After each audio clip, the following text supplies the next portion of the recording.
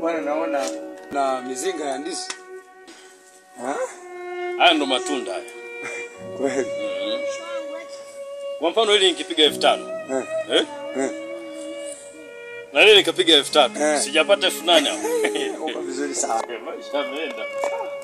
Mimi bwana nilikuwa na swali. Swali langu liko hapa. Waswahili wanasema kila chenye mwanzo kina ukomo wake au kina mwisho. Lakini cha kushangaza Mungu toka ameanza kutawala mpaka toka alipoanza kutawala mpaka tutaendelea. Sijaona ameacha madaraka. Yaani utawala wake ina maana yeye ni wa jumla.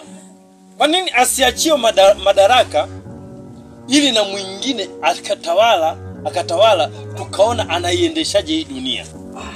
Angeacha hata wengine watawale ili tuone utawala wao wenyewe ukoje. Inaonekana uelewi kitu.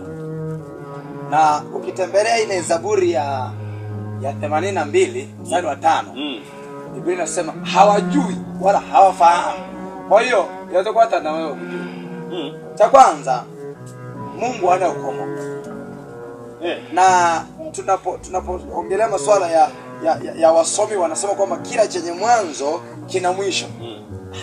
Haya ni mambo ya wasomi, lakini ukienda kibiblia ukiangalia kitabu cha Yohana sura ya 1 mstari wa 2 anasema kwamba na huyo mwanzo alikuwako kwa Mungu. Kwa hiyo tunaposema kwamba kila chenye mwanzo kina mwisho, Mungu hana mwanzo wala mwisho. Ina maana yeye ataendelea moja kwa moja jumla mpaka lini sasa? Yaani yeye hana mwisho, yani tangi alipoanza mpaka mwisho wa dunia yeye ndiye ataendelea kutawala. Hivi huoni baadaye inaweza ikaonekana kwamba anafanya udikteta wa kung'ang'ania madaraka? Inaonekanaje mzee? Basi panda wewe kamwambia achie madaraka. Alafu wewe inawezekana wewe hujui.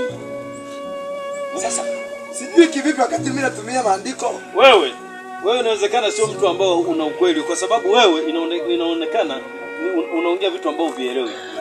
Kila utawala lazima uwe na mwisho. Yeye tanganiaje madaraka? Awaachie wengine. Tuone utofauti wanaendeshaje hii dunia. Wewe mzee uko vizuri kweli? Niko vizuri, wewe ndo hauko vizuri. Inawezekana hata maandiko